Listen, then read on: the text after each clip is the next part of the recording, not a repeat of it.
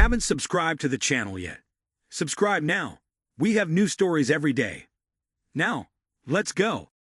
My wife cheated on me at her friend's wedding. I'm Tom, a 36-year-old guy who thought I had a good marriage. My wife, Luna, and I have been married for about 4 years. We don't have any kids, but we have a nice little life together. Or so I thought. Things have been pretty good until a few months ago when something changed. It all started with her friend's wedding. I didn't really want to go to the wedding since I barely knew the people involved. They were mostly her work acquaintances, and I had only met them a couple of times at those boring office parties. Luna insisted she was close with the bride and that she couldn't miss it, so she went alone while I stayed behind. That was the last time things felt normal in our marriage. Luna came back from that wedding acting completely different. At first, I thought it was just stress. She was quieter than usual, a little distant, and seemed tired all the time. But what really threw me off was how she avoided being intimate. I would try to get close to her, but she either made excuses or just wasn't interested. I wasn't the type to push things, but it didn't take long before I realized something was seriously wrong. I started asking her what was going on, but she kept brushing me off with vague answers about work stress or being tired from the trip. The thing is, it's been over a month, and she's still distant.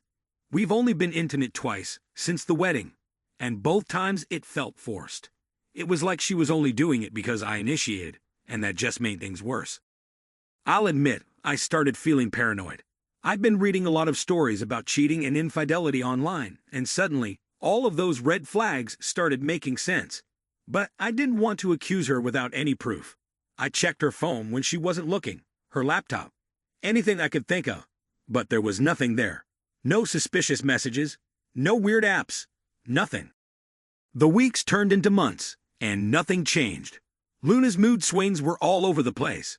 One moment, she would act like things were normal, but then she'd go back to being cold and distant. I felt like I was losing my mind trying to figure out what was going on. I even asked some of my friends for advice, but they all told me to give it time and that it was probably just a phase. So I tried to let it go, focused on my work, and waited for things to blow over.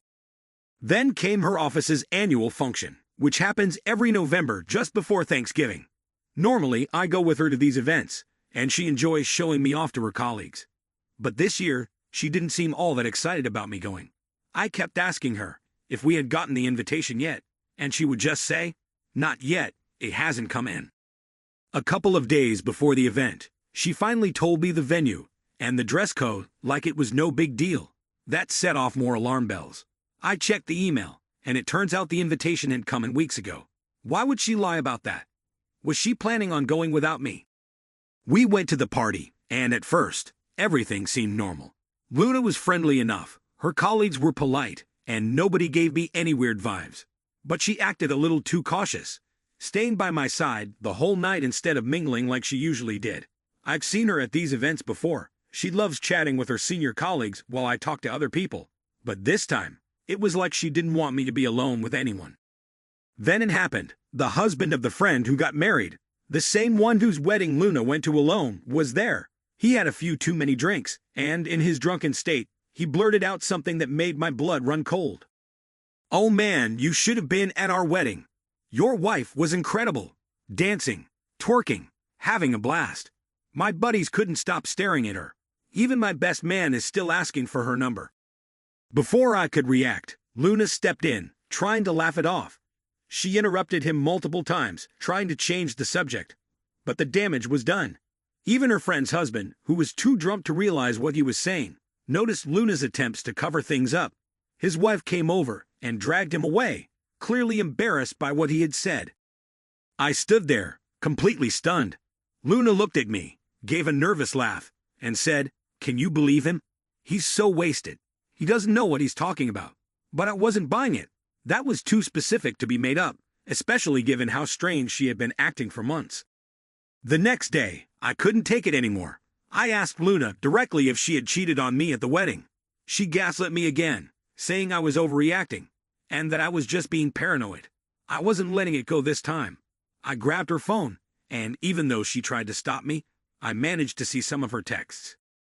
There it was, A conversation between Luna and her friend where she scolded her for letting her husband almost blow everything. Luna tried to explain it away, saying her friend's husband was just drunk and messing around, but I wasn't having it. After hours of dodging my questions and playing the victim, Luna finally admitted it. I was drunk, and it was just a one-time thing, she said, tears streaming down her face. It was the groomsman. He made a move, and I couldn't resist. I'm so sorry, Tom. I felt like someone had ripped my heart out. I slammed my fist on the table, hurting myself in the process. It wasn't just the fact that she had cheated. It was the months of lies and manipulation that followed. If she really felt guilty, why hadn't she tried to fix things? Why hadn't she come clean sooner? I couldn't look at her. I grabbed my phone, my iPad, and a few clothes, and I left. She didn't call or text me that night, but 2 days later, she messaged me asking where I was and how long it would take for me to cool down. The nerve of her to guilt-trip me like that after what she did. I stayed with a friend for a few days, trying to wrap my head around everything.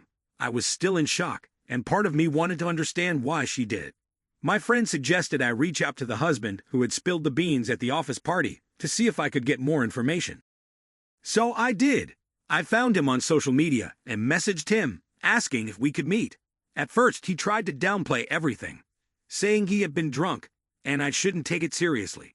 But when I told him Luna had already confessed, he agreed to meet and tell me the whole story. It turns out my wife had cheated on me multiple times during that wedding weekend. It wasn't just a one-night drunken mistake like she claimed. She had been hooking up with the groomsmen throughout the entire event. They danced together, flirted, and even skipped some of the wedding functions to be alone in his hotel room. According to the husband, their behavior was so obvious that most of the guests thought they were a couple. When I heard that, something inside me snapped. I realized I had been living with a stranger for years. Luna had lied to me about who she was, and even after being caught, she only told me a fraction of the truth. That was it for me. There was no way I could stay with someone like that. I packed the rest of my things and moved out of our house. While Luna was at work, I left her a note saying that I would be filing for divorce. Would she receive the divorce papers? She texted me, begging to meet up and talk. The end of it. We met in a public place, and Luna had clearly been crying. She tried one last time to plead for another chance, but I wasn't interested. I told her I knew about the multiple hookups and that I might have forgiven her if she had been honest from the start. But she hadn't been. She had lied to my face for months, and even when the truth came out, she still tried to twist it.